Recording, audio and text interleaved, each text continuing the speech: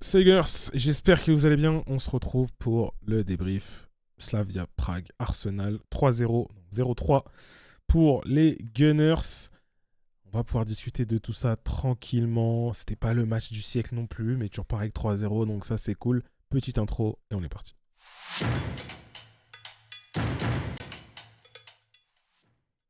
Bon, déjà, tu sais que tu joues à 18h45, donc forcément, c'est les affiches les moins intéressantes, on va dire, de la soirée. À savoir que dans 10 minutes, même pas 9 minutes, il y a du Liverpool Real, du PSG, Bayern Munich, tout ça. Moi, trop le seum parce que je devais live, mais j'ai fait le con, donc je suis arrivé très très tard chez moi et ça m'a un peu saoulé. Bref, en tout cas, j'ai regardé ce petit match tranquille où c'était pas le match du siècle. Pour ceux qui ne l'auraient pas vu, dans l'ordre, comme d'habitude, on commence par la composition, bien sûr, avec une équipe qui a tourné quand même un petit peu. Raya dans les buts, Timber à droite, Saliba Gabriel, la classique, Incapié qui a été mis côté gauche pour je crois, sa première titularisation, si je dis pas de bêtises. En tout cas, en Ligue des Champions, c'est clair.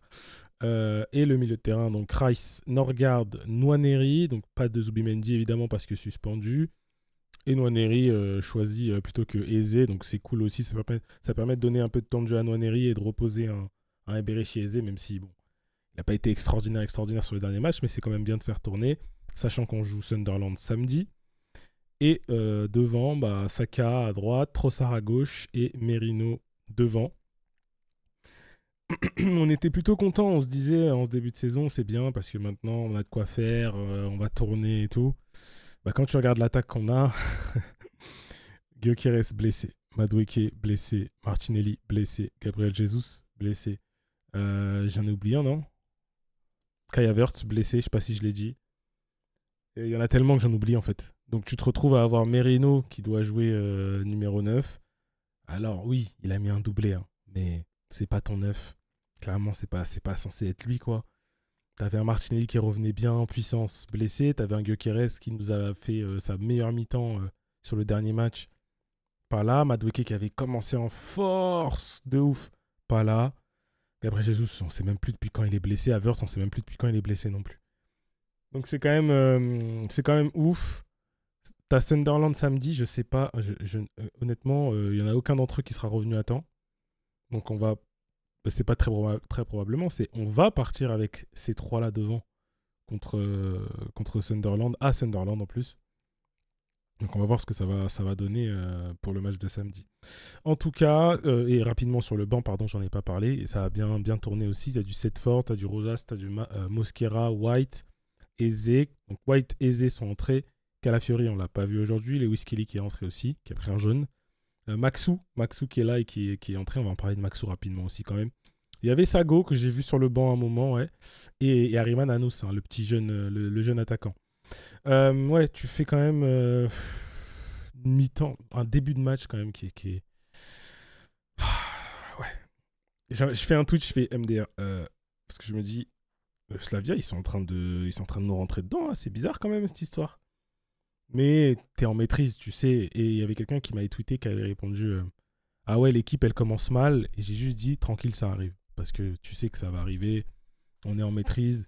Il y a des petits errements, il y a des passes qui sont pas assez appuyées, des petits trucs comme ça, mais globalement, tu sais que ça va le faire, quoi. Et la demi-heure de jeu, t'as ce penalty, c'est la règle. C'est la règle, hein. Le gars, il saute, le ballon touche sa main, penalty, c'est comme ça. Mais j'avoue que moi, je trouve ça un peu dur. Mais c'est la règle, c'est tout. C'est la règle, c'est comme ça, donc il y a penalty. Transformé par Bukayo Saka, très bien tiré côté droit, rien à dire. Et déjà, tu mènes 1-0, donc c'est bien. Parce que, ouais, un début de match quand même où ils sont pas mal chauds, hein, l'équipe du Slavia Prague. Et nous, oui, t'as tourné et en même temps, tu sens que peut-être. Je vais pas dire que les joueurs, ils ont pas mesuré l'événement ou quoi, mais forcément, tu joues Slavia là-bas, déplacement, 18h45. C'est des matchs qui sentent mauvais, tu vois. C'est des matchs qui sentent mauvais. Donc, tu sais que ça peut être bizarre. Euh, Tu reviens de la mi-temps, tu marques au bout en moins d'une minute, je crois, sur le bon débordement de Trossard, le centre, avec la finition de Merino dont on va parler aussi, évidemment. Et il double la mise, entre guillemets, donc le troisième but pour Arsenal à la 68e. Avec ce but, je crois même lui-même, il s'y attend pas, hein, en vrai. Lui-même, il s'y attend pas. Et si je dis pas de bêtises, je crois que c'est sur ce but où c'est Rice qui lui fait le... C'est Rice qui lui fait le centre, je crois, hein. Il me semble que c'est Rice qui fait un putain de centre dingue. Il a juste à mettre la tête et but. Mais pour parler de Merino, c'est quand même particulier parce que il est capable de faire des entrées en cours de match où il va être catastrophique. Littéralement, il va tout rater, ralentir le jeu. Dès qu'il prend le ballon, il se retourne. T'as envie de hurler devant ta télé. Des fois, il va te faire des matchs où tu vas pas le voir du tout, littéralement. Des fois, il va te faire des matchs comme aujourd'hui où pendant 45 minutes, tu te dis ah ouais, c'est chaud. Tu vois l'apport qu'avait un Gyökeres finalement en tant que neuf. Et après, il va te mettre un doublé. Comment dire, un instinct, je trouve, qui est dingue. Et avec la sélection, c'est la même chose, hein, où il arrive toujours à être au bon endroit. Genre. Il arrive toujours, il sent bien les coups, il sent bien les trucs. Toujours au bon endroit, au bon moment pour mettre le petit truc, le petit coup de pied, le petit coup de tête. Et au final, bah, il te met un doublé là contre Slavia. Alors oui, c'est entre guillemets que le Slavia, mais quand même, il faut le mettre le doublé. Donc non, c'est un joueur qui te dépanne littéralement en tant que neuf, hein, mais Ronaldo, heureusement d'ailleurs, parce que sinon je ne sais pas ce que tu fais littéralement avec tous les blessés que tu as. Et non, il arrive à te faire un vrai boulot. Donc c'est cool et c'est bien pour lui et c'est bien pour Arsenal. Donc tant mieux. Ça te fait un pas de plus vers le fameux top 8. Et maintenant, il faut aller au plus haut possible du top 8 pour espérer avoir des matchs, vous savez, hein, les allers-retours et tout, enfin, avoir l'aller ou le retour dans le bon stade, etc. Donc là, ça va être important aussi d'aller chercher un maximum de buts, un maximum de victoires, sachant qu'on sait qu'on joue contre le Bayern Munich à la fin du mois. Donc voilà, 3-0, ça c'est good. 2-3 autres joueurs, petits joueurs quand même, dont on va parler pour finir ce débrief tranquillement. On va pas faire 15 minutes ou 20 minutes, hein, évidemment. Raya, petite alerte à un moment donné. Il aime bien faire ça, hein. Il s'ennuie un peu, donc de temps en temps, il se fait des petites alertes tout seul. Au niveau de la défense, j'ai rien à dire. Nketiah, j'aimerais juste en parler un peu parce que j'ai trouvé que c'était quand même intéressant. On l'a pas, comment dire, il a pas encore mis son empreinte, entre guillemets, sa patte offensivement et tout. Mais il y a eu 2-3 trucs que j'ai trouvé intéressants. Il y a aussi 2-3 situations où j'ai trouvé on l'a pas vraiment trouvé. Enfin, pas de sa faute, mais on aurait pu le lancer. Il a fait des 2-3 bons appels, j'ai trouvé. Mais on l'a pas lancé, c'est dommage. Mais c'est hyper encourageant, je trouve. Et c'est cool d'avoir un joueur comme Nketiah. Là, ça commence à faire du monde, hein. Derrière, Timber, Saliba, Gabriel, Nketiah, Mosquera, White, Calafiori, Lewis Kelly.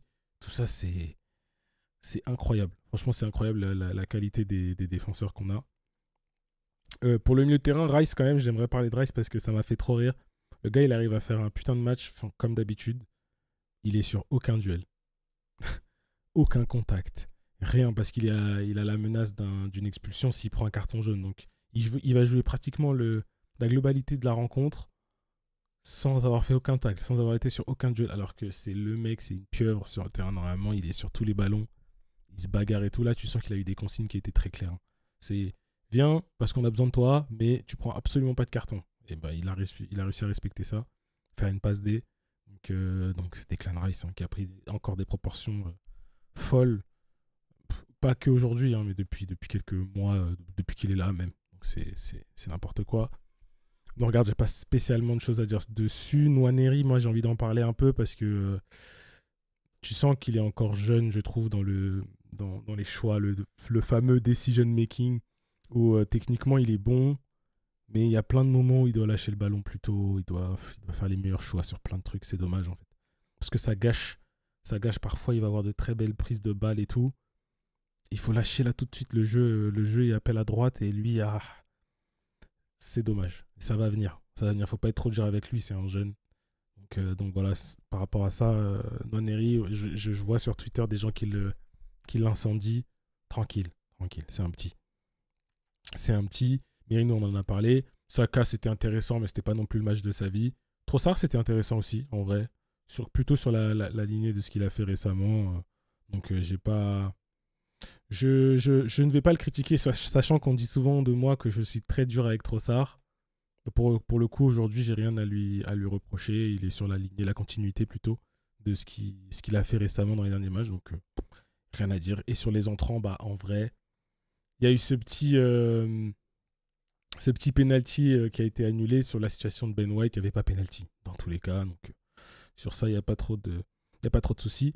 Non, juste un truc qui est drôle, c'est que je vois sur Twitter comment tout le monde tient à mort à ce qu'on conserve cette série de clean sheets.